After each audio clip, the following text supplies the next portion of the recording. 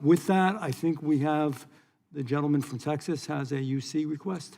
Yep, I'd like to ask for unanimous consent to enter into the record this report, the weaponization of CISA, how a cybersecurity agency colluded with big tech and disinformation partners to censor Americans. Without objection, and I will ask the gentleman to go forward and present testimony. Questions? Yep. Thank you, Mr. Chairman, for holding this hearing. In 2016, the Obama-Biden administration issued internal guidance that weakened enforcement by discouraging roadside interviews and out-of-service penalties, effectively nullifying a core safety rule without changing the law. Since that time, fatal truck crashes have increased and multiple deadly incidents have involved non-domiciled or non-English proficient drivers who should have never been licensed or allowed to operate in the first place. In many cases, they shouldn't have even been in this country in the first place. The Trump administration has moved to restore the rule of law by rescinding the guidance, and even Democrat-led states such as California couldn't hide the damage inflicted by the radical Democrats' open borders policies and revoked 17,000 commercial driver's licenses given to illegal aliens.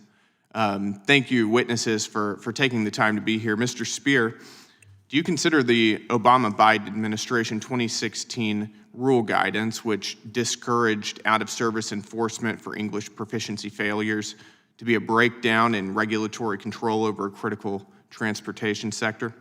I do. That decision cost lives. And respectfully, Congressman Crockett, the accident that was cited in the chair's opening statement killed people because that driver did not understand what he was doing. And an 80,000-pound vehicle is much different than a car. It does not stop on a dime. It doesn't turn on a dime. These are very heavy vehicles that have to have people trained and skilled to operate them. And they need to understand the language we speak. Here in America, that's English.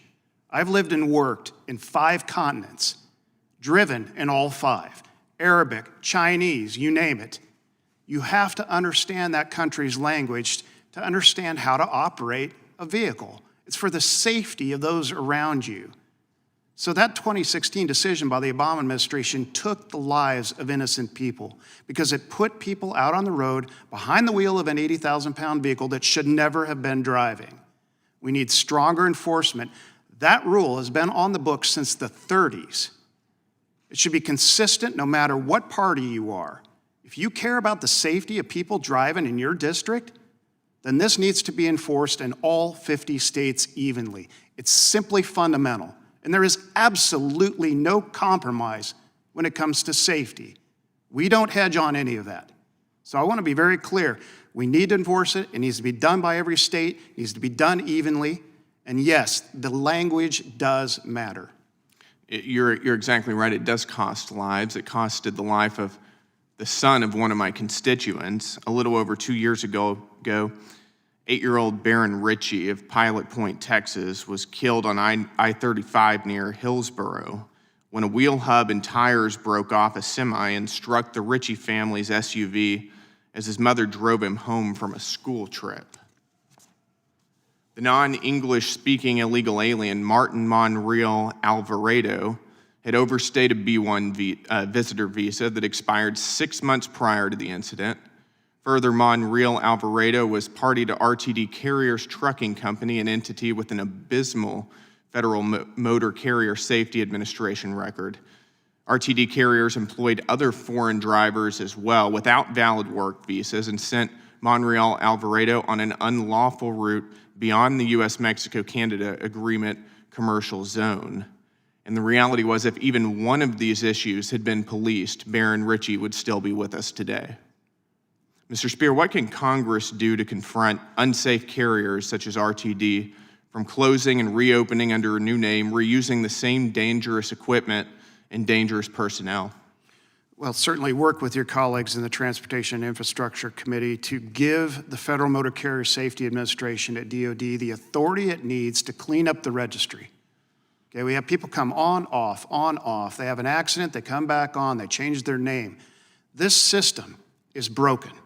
The federal oversight and ability to manage the motor carrier populace properly, safely, is broken. Secretary Duffy understands that. They're going back to the basics and enforcing the laws that you've given them. Where there are shortfalls, you all in Congress need to step up and give these agencies the power they need to have interstate commerce standards applied equally in all states. These are just fundamentals. When you take a test in a state like California for a CDL, you need to be able to speak English. You need to be here illegally. You need to have training to acquire the CDL, not some online one-day source and you get the CDL.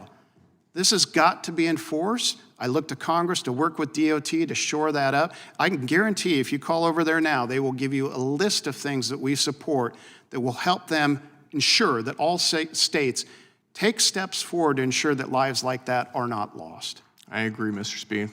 Spear. Learn English or get out of our country. Thank you for being here. Appreciate it.